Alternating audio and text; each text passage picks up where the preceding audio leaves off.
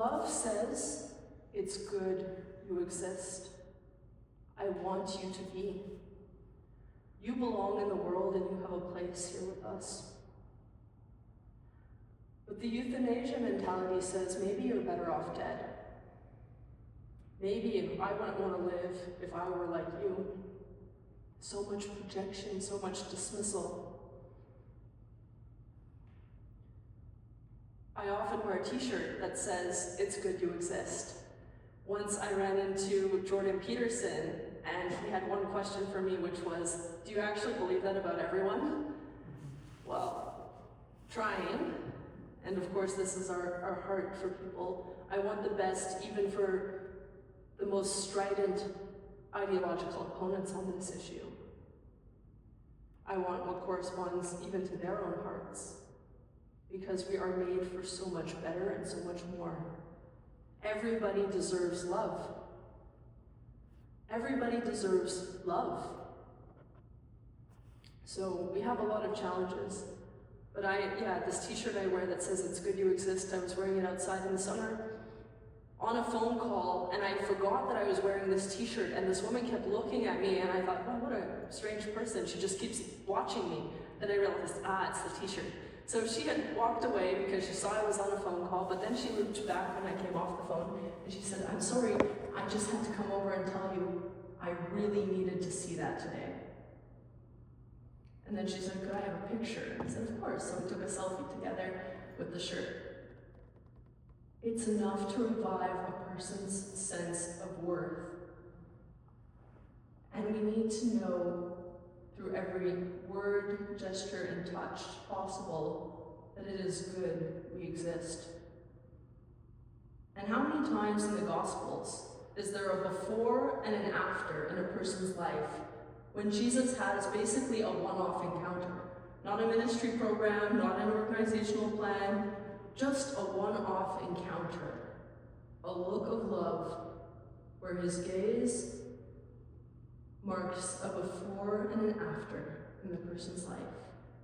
All of you have this capacity, and those who are older are uniquely in the arena to meet the needs of those who are at the greatest risk of euthanasia. That's partly why we need everyone to stay alive and engaged in life. We need all the help we can get to bring those words, gestures, and looks of love to so many hungry and parched, weary souls. Most suffering can be born when actually all suffering can be born when we have the deep confidence that someone is with us. And the last thing I'll say before we come to some Q&A is that especially if you have been a person of faith all your life, then it is so important that it is true not only while you are young and healthy and prosperous and whatever this looks like, but that you have the conviction until the last moment that every moment someone is choosing you to be. You are no less being chosen every moment.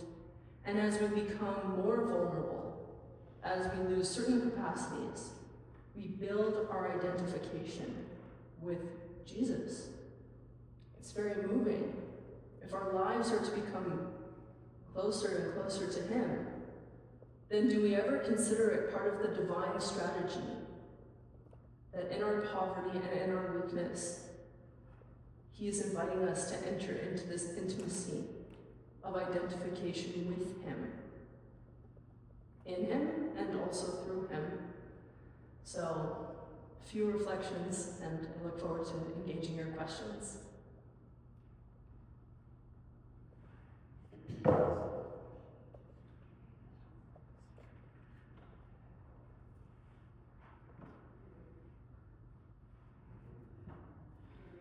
Are you going to come up, Dennis? I think you're going to pick them from the basket.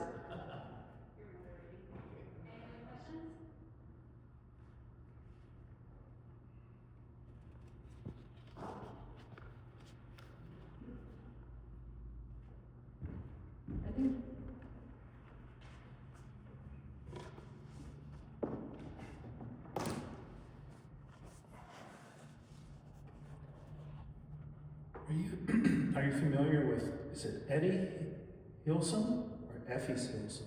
Etty Hilson. Yeah. Yes. Who asked this question? Yes. Is that the whole question?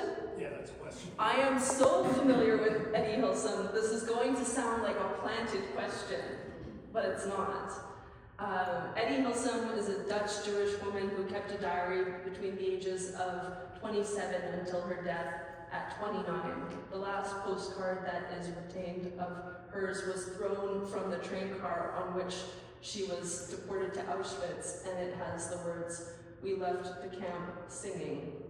She's a remarkable diarist who has been quoted a lot by people like Jacques Philippe and Pope Benedict in their spiritual writings, and she kept diaries to try and put her own soul into order amid all the disorder and chaos around her.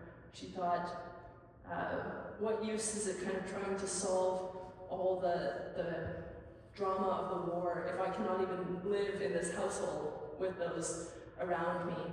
And she also had a line that is so similar to what the woman I alluded to earlier said.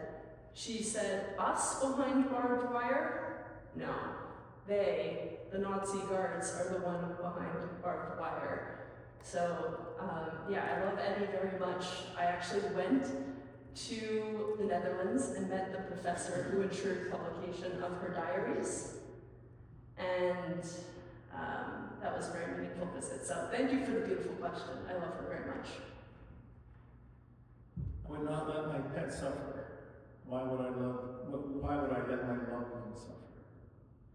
Interesting. This is what some of the high school students asked as well. They said, "Isn't it reasonable if we had just put down our pet to also end the life of a person?" Well, we don't hunt people. That's always obvious. So why do we not hunt human beings? Like, obviously there's something different about human beings and animals.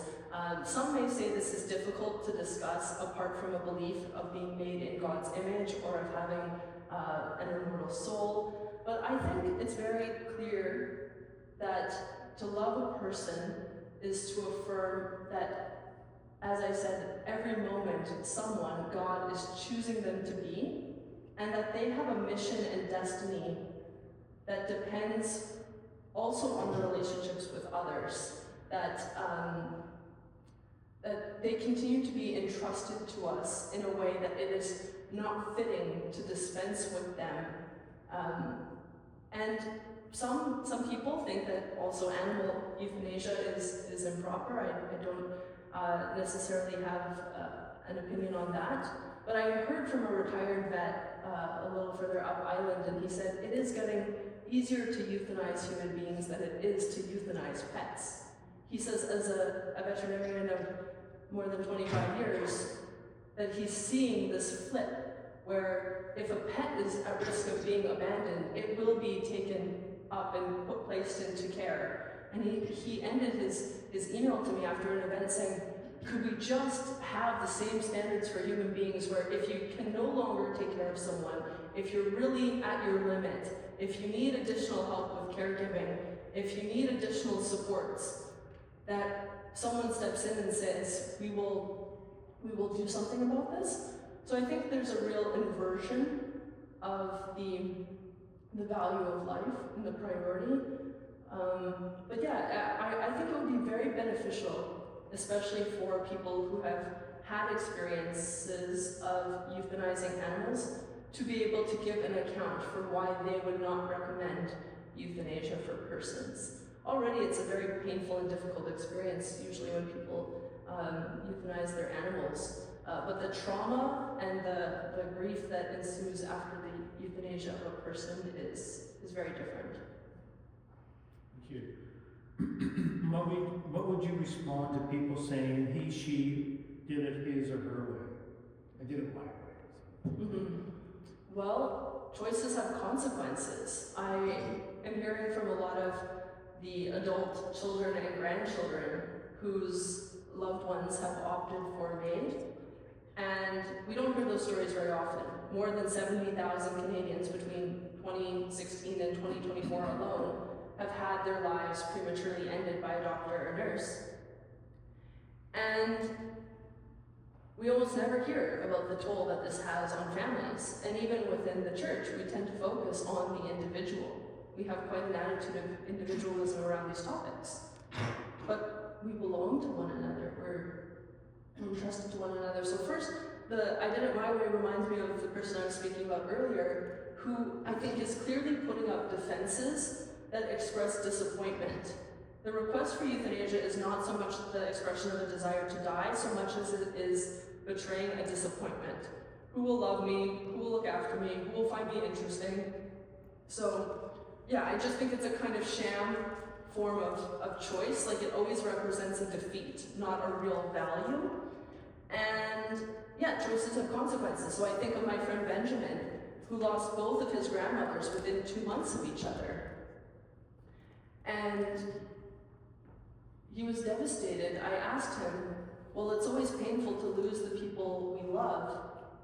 What difference is it to lose someone to medical assistance and dying? And he said, it's the choice of MAID that hurts.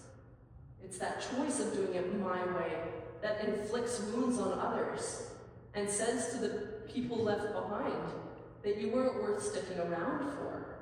That's what adds to the precariousness. And some people think, well, I have no one. Well, even for the doctors and nurses and everyone immediately involved in care, it's shattering.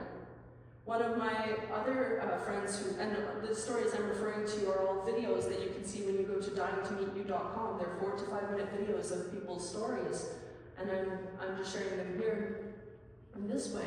You can watch the speakers give their own testimonies. And so Lovani in her video, she says that her grandmother was the total force of strength, the complete matriarch of the family. And she decided in her 90s to go for MAID, quite soon before she probably would have died naturally. And Melanie says, if the strongest woman I knew in my whole family chose to give up, what chance and what hope do I stand when I struggle with my mental health? It sends a message. It sends a message, and there's a reason why the stories of, for example, Holocaust survivors are very inspiring. A lot of them would have fit the criteria for MAID, and then we would have had no Holocaust survivors to have as role models and examples, but that didn't happen. And even within the concentration camps, the rates of suicide were remarkably low, given what we might expect in the circumstances. So there's something going on here when it's such a basis of self-rejection on the one hand, or the devaluation of the lives of others. And it's just never fitting to kill the person. How do you protect your loved ones, if possible, from MAID and the push? What do you say? Well, one thing that is frequently recommended, especially by pro-life physicians, is don't let someone in your life go alone to appointments. Because it's hard to be already in a vulnerable situation, taking in a lot of information, in the stress and pressure of the experience of the clinic or hospital, and so you need someone to be your advocate with you. And so yeah, like make sure you go with someone, accompany them, having conversations ahead of time. It's just like what I've been told throughout my life, that you've got to settle your convictions in advance. I've not brought this example up, but why not? Young people are taught in relationships, you better set limits ahead of time because it's going to be pretty hard in the heat of the moment. Well, we can apply the same reasoning around end of life. If you don't settle your convictions, if you don't devise your moral red lines and decide what you will and will not do ahead of time, you could just let yourself go. And in a moment of weakness, ask for MAID. So it takes settling your convictions in advance. And this person made a comment. I had an uncle who was given 6 months. He lived 15 years after that. Yes, fighting the disease and being an amazing example. So yes, people are told one thing, they find out another. Yeah, there was a headline in the UK, and I'm sure the data is similar over here, because the UK was recently having a debate around the legalization of assisted suicide. And so one of the headlines in a recent article said that doctors get the predictions wrong of a 6-month prognosis to live more than half of the time. More than half of the time. So doctors are pretty good when it's hours or days at precision. That's pretty doable to make estimates. 6 months out? No. You all have examples of these predictions being defied, not only at end of life, but also at beginning of life. How many people are told you'll never be able to conceive? Or your child will not make it? Or you'll never be able to do this and that? People with disabilities, people, it's kind of medical fatalism that is the default, rather than life being the default.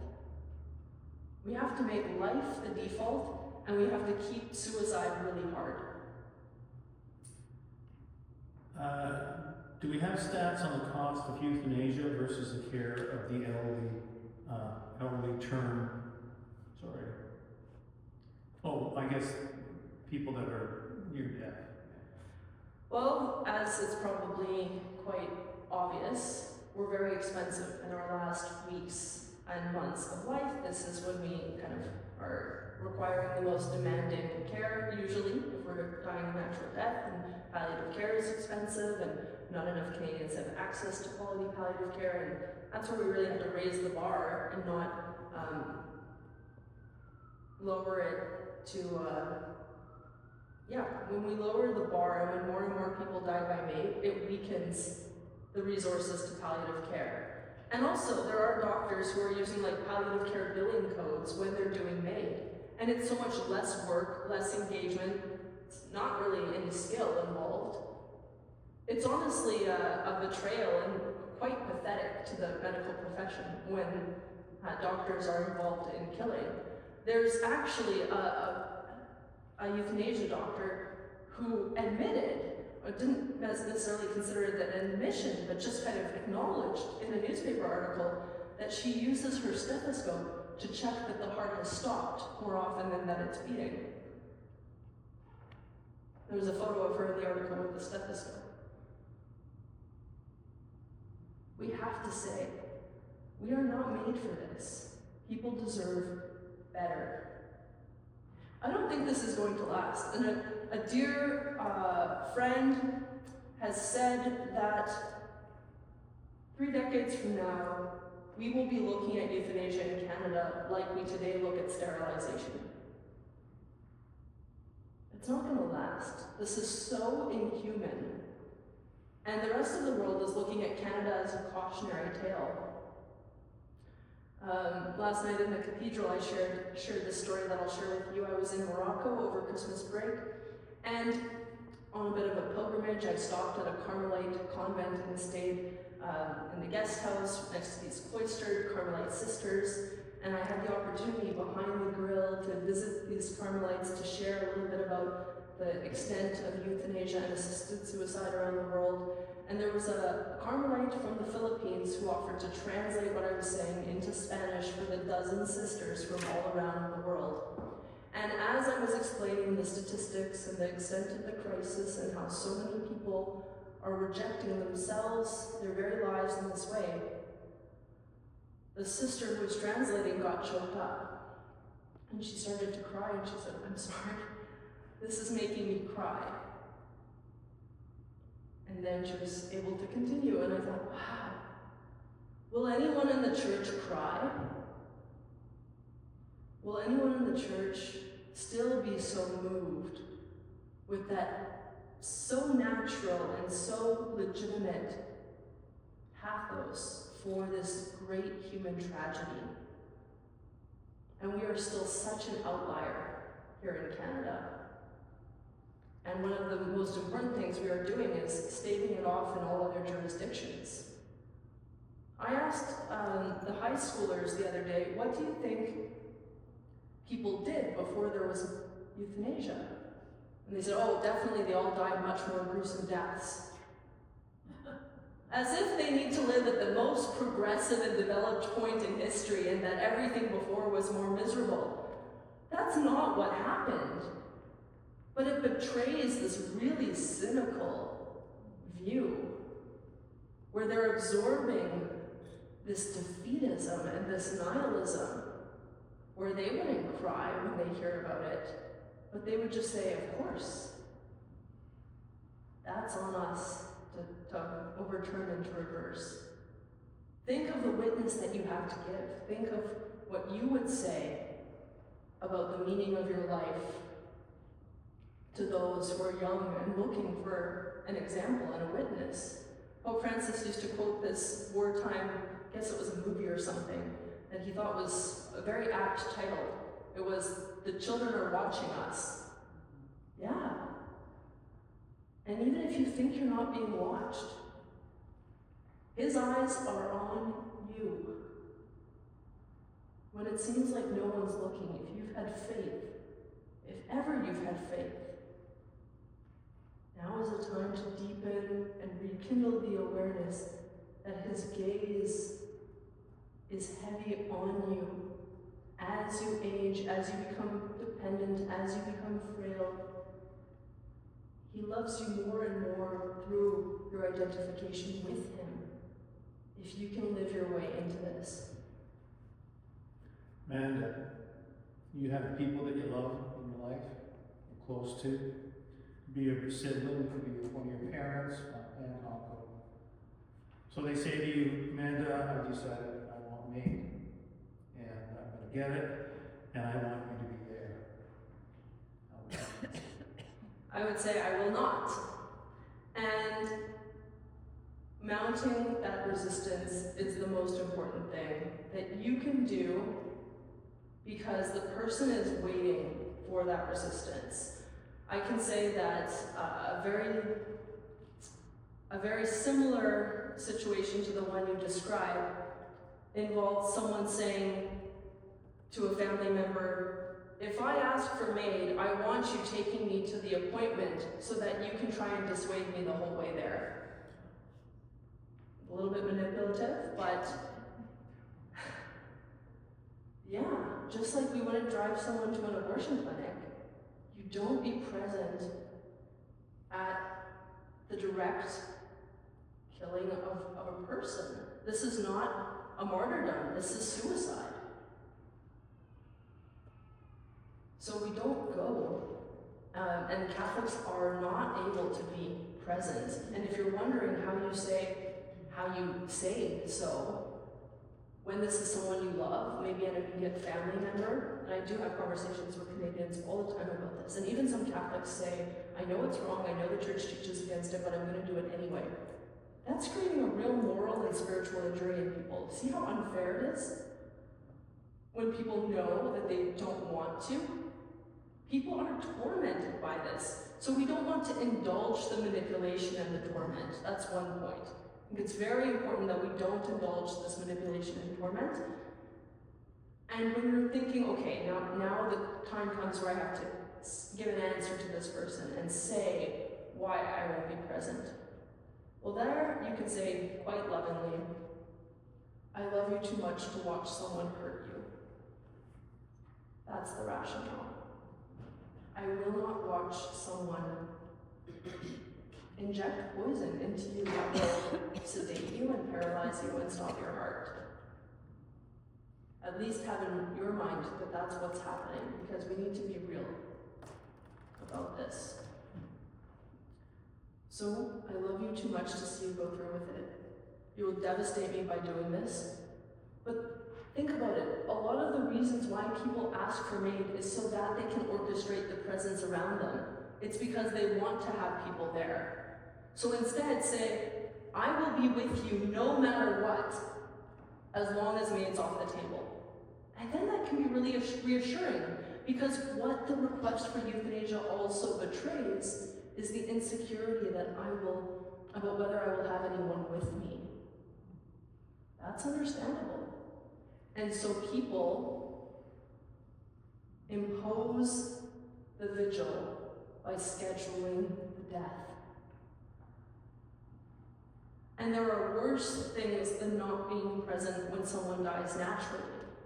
Someone the other day was sharing some regret about not being present at a parent's natural death.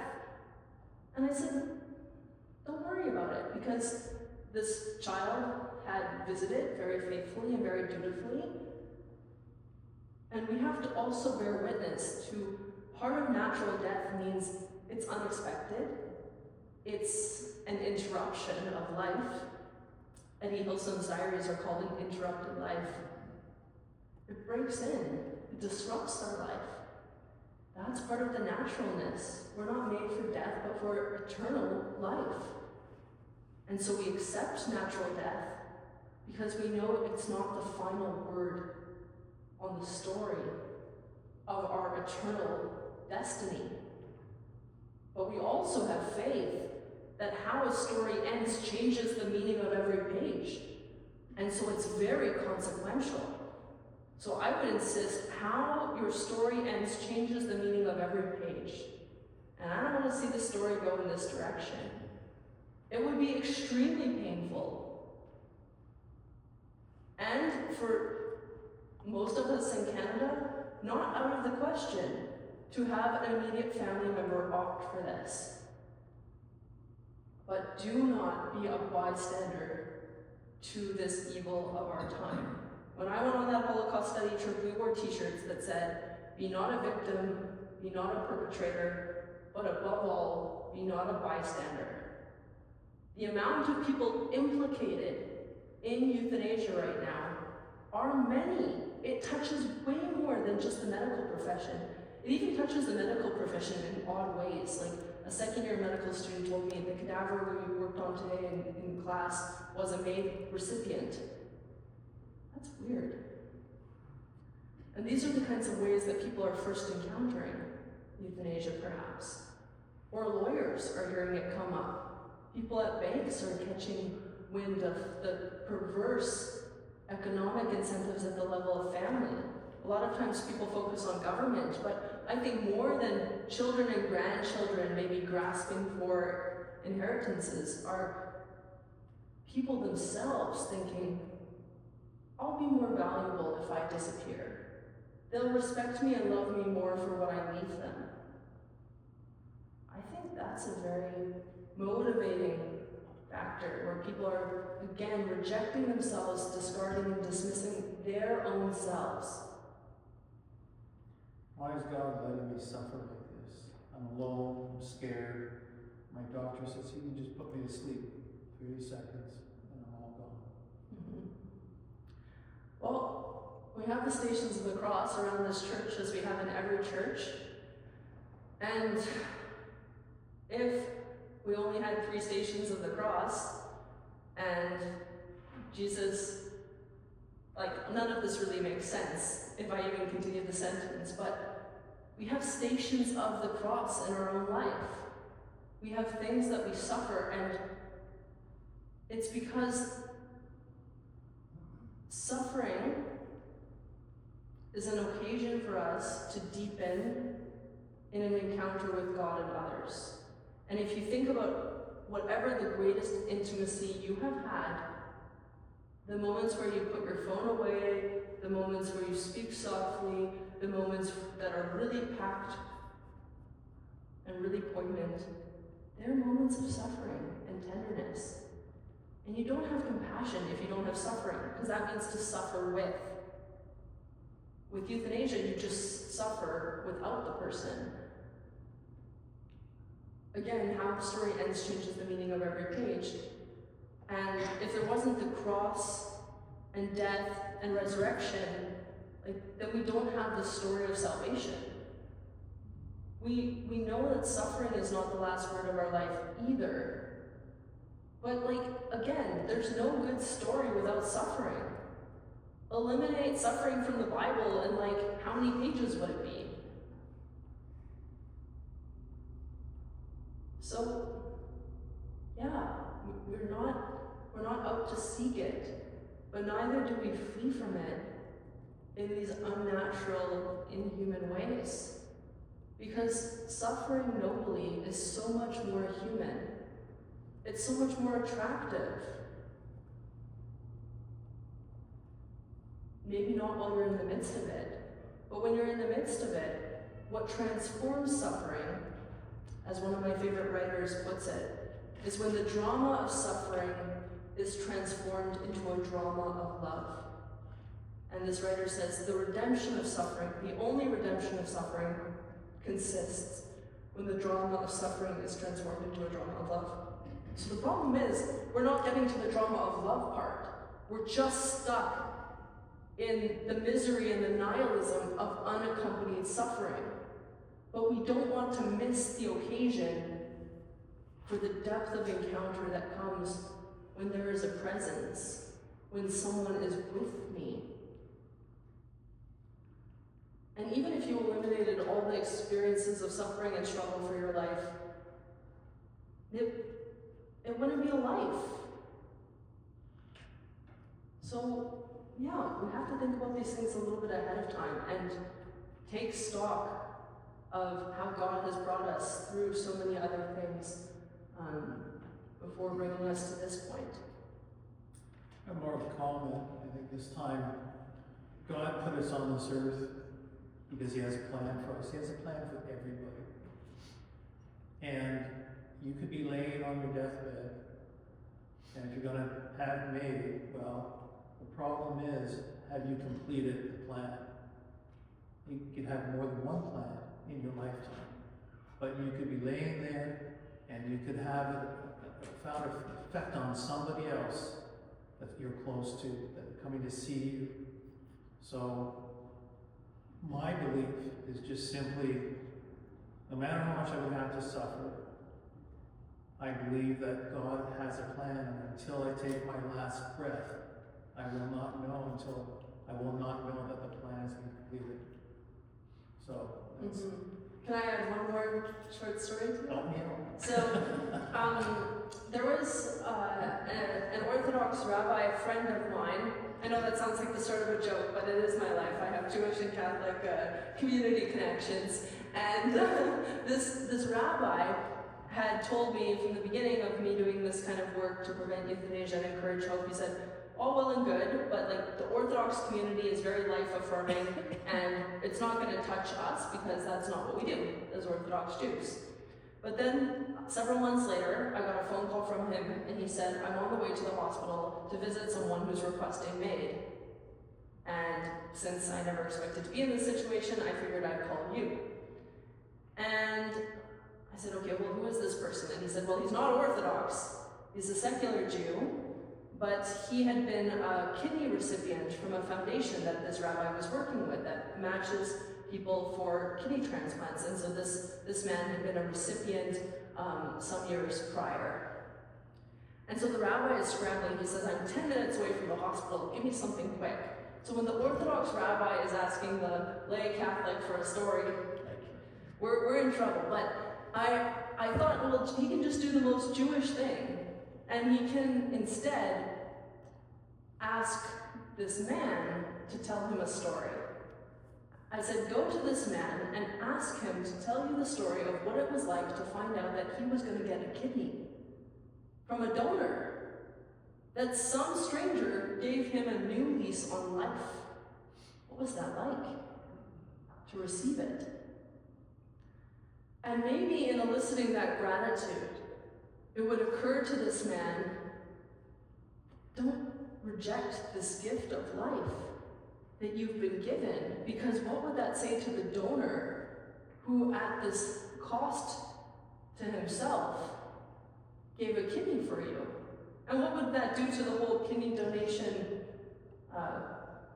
dynamic if you know that the person to whom you give the kidney could die by MAID a couple of years later? And I was praying through this, and I thought about, wow, and how much more have each one of us received than a kidney in this life? Every investment of education, every ounce of parenting, every conversation and friendship, so much more than a kidney. So how could we repudiate this gift of life? And a more brief anecdote, I went and I visited a man in his 50s who was dying of cancer, a friend of mine's brother, and she brought me to visit him, and he knew and she knew that I tend to cut to the chase with these conversations. And so I met this man who was dying any day now, and I said, tell me, what is the value from your perspective of living just one more day more? And he didn't hesitate for a moment, and he said, well, so then I can meet you. And it's so touching, exactly as you say. We never know which encounter. This woman who I referred to, who is my favorite person to have met during my time on the island, who was supposed to have died according to the prognosis before I arrived. No, I met her. And we got to have this incredible visit that spurs me on, gives me so much gusto and hope. We never know what God has in the gift of ourselves that He's inviting us to make for the life of the world. And so we've got to stay open to the mystery and keep being a gift. Yeah.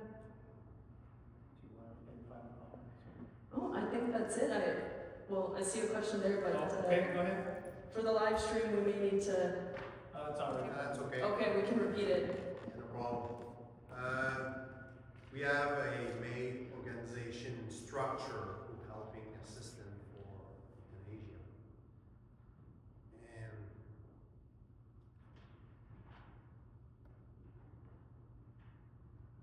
I got family member.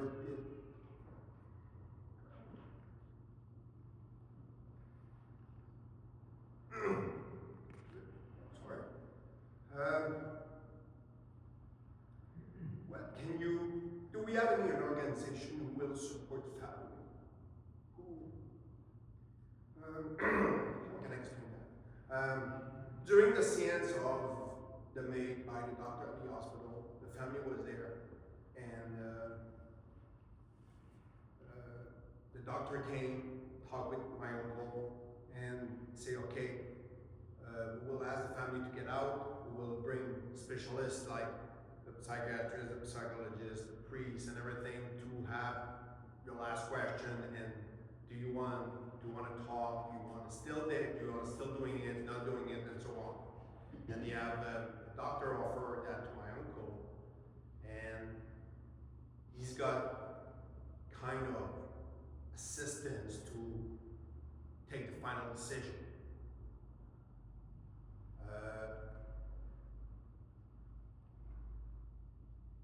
My uncle was assisted with that, was kind of having assistance with those specialists to find his final decision. But do we have also an organization who helped the family, like you previously talked, said something like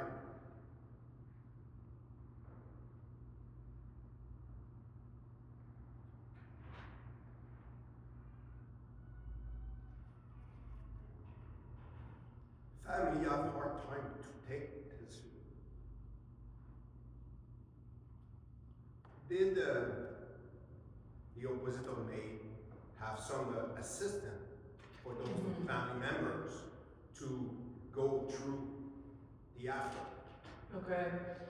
Thank you for the question. So just to reiterate, and you can see how MAID tortures us, tortures family members, is always devastating. Is there an equivalent support team fighting for life, supporting the patient's interests to counter all of the supposed specialists who are part of the euthanasia facilitation team? Well, it's very difficult. It's even difficult, as we heard yesterday in the cathedral, for pastoral care to be able to have access to patients who are contemplating euthanasia, especially if a date is set, because we can be seen as interfering. The euthanasia lobby group describes churches as institutional religious obstruction. Well, let us obstruct. And yeah, it's really difficult though to get in. The good thing is family members can usually have more access than a pastoral care team or than others who are not related. But there's a lot of privacy within medicine, and there's a lot of shrouding the kind of autonomy of the individual so that they cannot be met by those who come around and revive a person with true accompaniment. So it's really tough to be a counterpoint. That's why the more that we can do preemptively, the better. The more that we can help people settle convictions in advance, the better. There are some organizations in Canada working on this, but we need more. We need more ministries, more creativity in this regard, because this is a kind of new challenge, especially the extent of it. So I would say, especially to you who suffer this experience, it becomes up to you. Pay it forward to other families who have been in this situation by telling your story candidly and truthfully. And maybe you can go and be in the room with some others who need the strength to stand and to do what seemed impossible in the circumstance you described. Thanks for sharing it. Any other questions? There's one right there.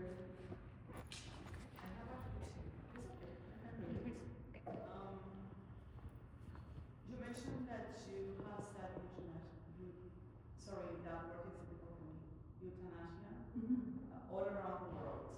And I know that in the Netherlands it started a long time ago, and they went through a period like this, where elders were challenged to go to hospitals because they were literally killed. So, what are the differences and what are the similarities between Canada and the Netherlands or Other jurisdictions. Okay, so the differences and similarities between Canada and other jurisdictions.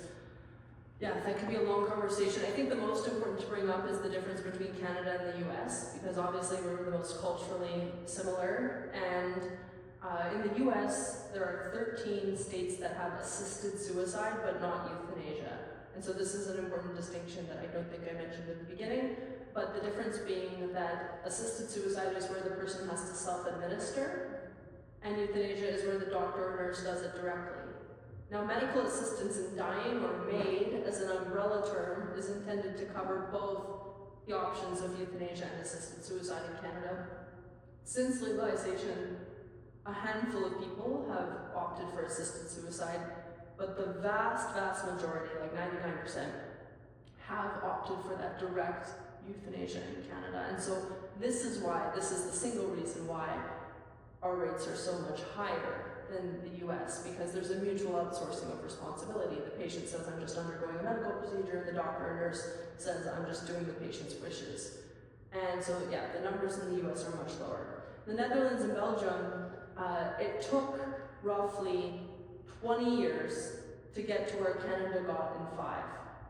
And so the uptake and the momentum with which Canadians embraced euthanasia has really been remarkable. But then there are jurisdictions like Australia and New Zealand. They all have different words for it too, which makes the kind of international conversation a bit tricky. In Australia, it's voluntary assisted dying. In there's different terms all over the place. And Slovenia just defeated assisted suicide by referendum. It had passed, but then the people pushed a referendum, and to everyone's great surprise, it was overturned. And the way it was overturned was because the pro-life advocates used the term poison. We are against patient poisoning. And they used that language constantly, and it was extremely effective. So I think a lot of our challenge has been we don't use plain language, even within the church. Acronyms, euphemisms, and then people say, but MAID was so peaceful. Well, yeah, the person's paralyzed. So to the bystander, by all appearances, but it's all for optics. That's not fair to the person. So we've really deadened our conscience. There's a doctor who some years ago told me that MAID was being used as a verb, and he heard a colleague casually say, oh, this patient, we could just MAID her. So callous. Such a lack of ethical sensitivity. And even on my time here this week, I heard someone use it in the past tense. I had a relative who was maided. Maided? Like, we have to use proper language. We have to use words that mean things. So if you want to live in truth and if you want to change the culture, speak about how euthanasia is the direct, intentional ending of a patient's life prematurely through killing them by a lethal injection that happens in 15 minutes that nobody deserves, because everybody deserves love. Yeah. And the second question is, you know, that there are groups for people with cancer to go red, for people with that with alcoholics, to these support groups.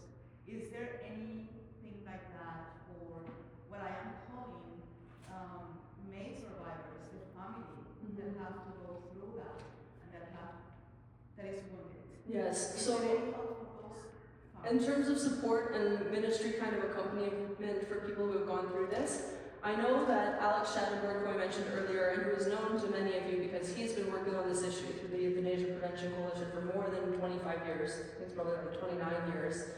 And he has been trying to offer retreats, first of all in the Toronto area, for people who are bereaved and who have lost people to euthanasia.